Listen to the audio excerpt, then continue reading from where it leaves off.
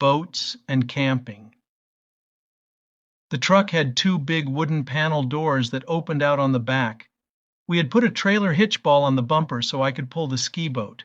It was routine in the summer to get off at 4 p.m., drive home to Denmark Road, hook up the boat and have it in the water at Lake Vermilion by 4:30 or so.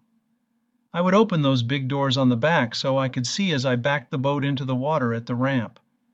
Seeing was the easy part, but maneuvering the trailer with that long vehicle took some practice.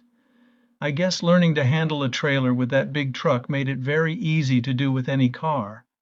Once in a while, Marilyn and I would take the truck on an overnight camping trip. It was big enough that we put a full-size mattress in the back, which made it very comfy.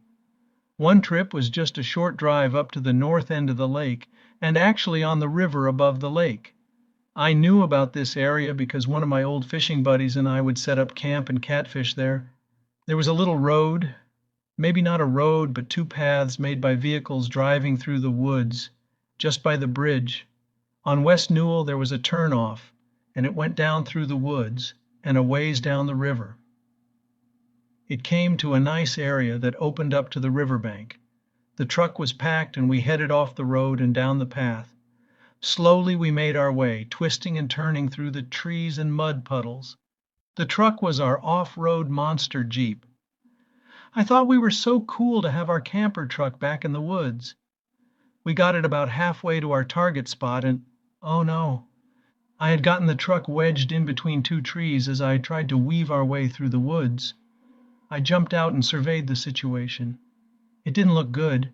We might not ever get the truck out of there. Just then I remembered that I had packed an axe to cut firewood. Well, I started chopping, and after a good amount of work, I got one of the trees to fall, not on the truck, but away from the path. Wow, I was able to get the truck up and over the stump and onto the campsite. I don't remember catching any fish, but we did make a lot of memories. The moving van.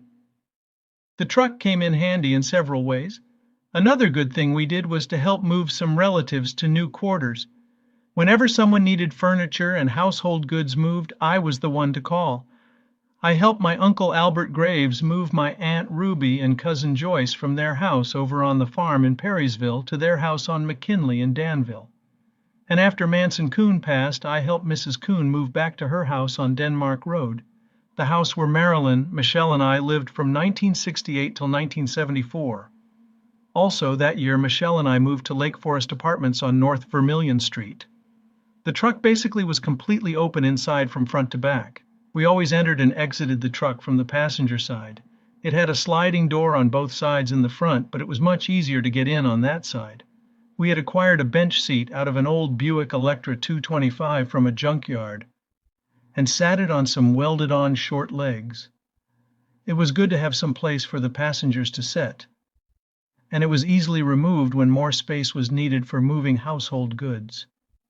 In the first few months we had the truck, we had removed the shelving that was there when it was used as a Snap-on tool sales truck.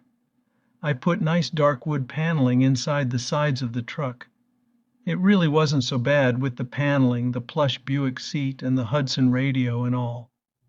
They said that during its life as a sales truck, it had over 500,000 miles on it. My,